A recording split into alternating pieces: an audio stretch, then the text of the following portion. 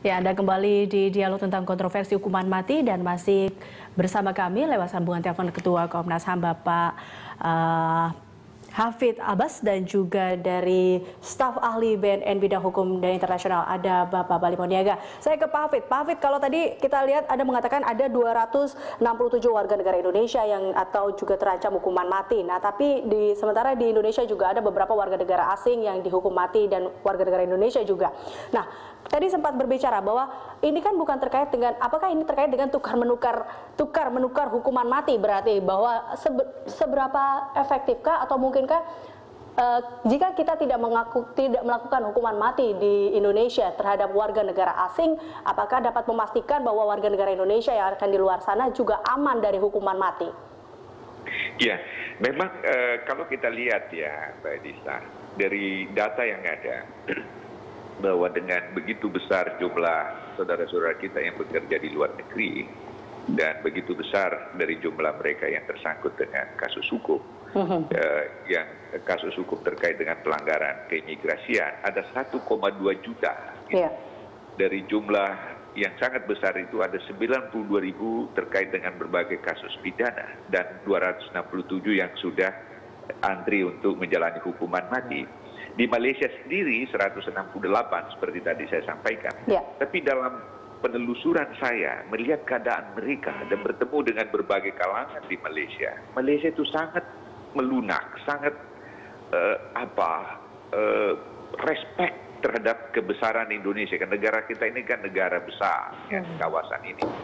Nah, jadi dengan begitu kelihatannya kalau kita ya langsung menghukum 5 dari warga negara Malaysia yang sudah dijatuh hukuman mati, tidak bisa dipastikan bahwa ada 168 warga negara kita di Malaysia yang juga ya akan menjalani hal serupa. Ini juga termasuk dengan kasus narkotika itu ya Pak ya? Ya, ada 42 yang sudah kan menjalani dan 40 dari mereka kasus narkotika. Nah kalau begitu gini, nah saya kira prinsip kita dalam membina hubungan internasional dan dalam melayani bangsa ini ya dari memajukan dan melindunginya ya, itu ada beberapa prinsip internasional atau prinsip yang kita anut di dalam negeri. Pertama adalah asas security, kepastian untuk melindungi mereka.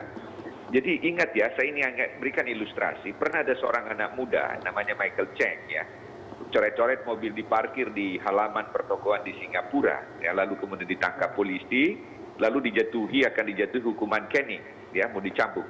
Itu Presiden Bill Clinton minta tolong ke Lee Kuan Yew supaya anak itu bebas dari hukuman cambuk. Begitulah sesungguhnya negara ini lahir, melindungi segenap bangsa Indonesia. Jadi jangan sampai ada warga negara kita yang tidak selamat di luar negeri. Nah, karena besarnya jumlah warga negara yang kita selamatkan, maka kita harus memikirkan keselamatan mereka. Pak Hafidz, Pak Hafidz, saya sangat jelas dengan kasus Presiden Clinton melakukan play agar warga negaranya tidak dihukum cambuk. Karena efek psikologis dari hukuman cambuk di Amerika itu sangat-sangat besar. Tetapi apa yang dilakukan Singapura, dia tetap menerapkan kedaulatan negaranya. Tetap melaksanakan hukuman cambuk dan hubungan Singapura dan Amerika tetap tidak terganggu. Saya kira kita harus melihat bahwa di dalam melaksanakan hukuman mati ada prioritas yang lebih besar yang harus kita lihat. Prioritas utamanya itu adalah bagaimana bangsa ini tidak hancur oleh kejahatan narkoba. Karena kita tahu bahwa angka yang modest dari UNODC, setiap tahun at least 12.000 meninggal akibat kejahatan dari narkoba. Dan dari angka itu berarti kan 33 per hari. Kita tidak memikirkan hanya 33 ini, tetapi kita pernah sendiri mengalami bagaimana akibat seorang mengkonsumsi narkoba dan mencelakakan orang lain. Kasus yang saya tidak mau mengulangi lagi, bagaimana dia mengendarai kendaraan dan mereka yang meninggal itu adalah innocent semuanya. Dan ini adalah Ya. dampaknya. Dan sekarang kita mengatakan kita harus memperhatikan jangan sampai kita melaksanakan hukuman mati bagi orang-orang yang seharusnya dilindungi. Nah, baik. Ini kalau dari Pak Hafid, Anda melihatnya juga seperti apa nih kalau kayak gini? Karena kalau dari BNN lebih memerhatikan atau melihat bahwa efeknya yang telah dilakukan oleh pelaku-pelaku atau pengedar narkoba ini. Nah, sementara dari Komnas HAM sendiri juga melihatnya seperti apa? Ya, saya sebenarnya sungguh memahami ya bahwa apa yang disampaikan tadi Pak Berli, memang kita akan berkewajiban melindungi bangsa kita. Jangan sampai ada yang korban sia-sia karena peredaran atau penggunaan narkoba. Tapi kita juga perlu melakukan retrospeksi sejenak ya. Saya beberapa waktu lalu saya mencoba melihat laporan Bank Dunia ya. Mungkin bisa di Google gitu, lihat indikator-indikator dari kualitas penerapan hukum di Indonesia. Yang saya sangat kagum itu Singapura itu mencapai skor 10 dari rentang 0 sampai 10.